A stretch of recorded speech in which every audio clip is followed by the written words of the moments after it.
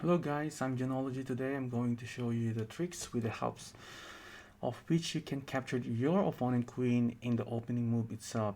It will surely surprise your opponent and will be forced to resign the game. So let's get started. This trick is also known as a Tennison Gambit. And you will play it with the white pieces, okay? So you will play it start with the e4 moves and your opponent will reply with a d5. Alright, so this opening is also popular known as a Scandinavian defense. As you can see, our pawn is being attacked, but it will not defend. Instead, we will develop our knight as a black is getting free pawn. So we need to develop the knight. It will grab it the pawn and we will attack his pawn by moving our knight. So knight pawn takes pawn. Our knight will move to g5. And black will defend the pawn to e4 by moving the knight to f6. So let's see, there's another option. There's an option f5. So what if not the black moves to knight f6 supporting the pawn in e4? Or another option is moving the pawn to f5 supporting the pawn to e5.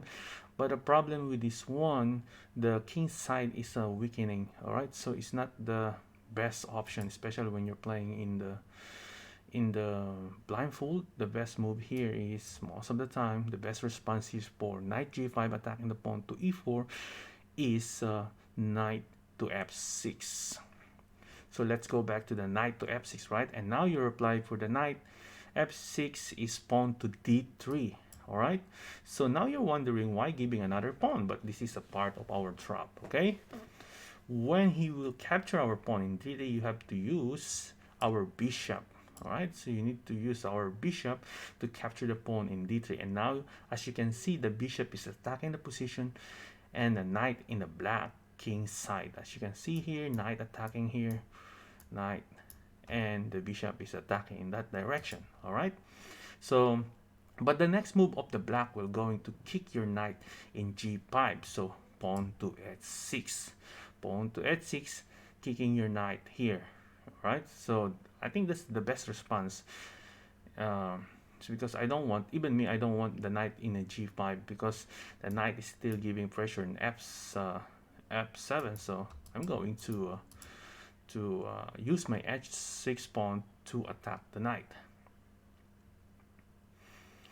But in this move itself, you are going to surprise your opponent at big time sacrifice. Your next move here is knight takes pawn. In this position, because the knight is attacking the queen and the knight is attacking the rook, the only force here, you're forcing the king to capture the knight. All right, so knight takes knight, king takes knight. So your next surprise move is bishop to g6, checking the king.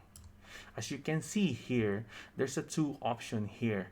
Option 1 is to move the king to g8, and option 2, move the king to e6. And or just you are the king is forced to capture the bishop here, as you can see, and the king can go back to the e8 to support the queen, right? So that's the trap of that's the trap. Our trap begins, and in his queen is hanging in the air, and the king can't even support his queen in d8. There are only three, yeah, there's only three options. After that, you can capture his queen, right? After that, pausing, you can capture the queen, and the black is forced to resign. Even though if the black wants to continue, he's still winning because his king is not in good position. All right, so, and let me know if you like this video, and please comment and like and subscribe, and if you want more tricks, please subscribe to my channel. Once again, this is Joan, and thank you for watching, and bye for now.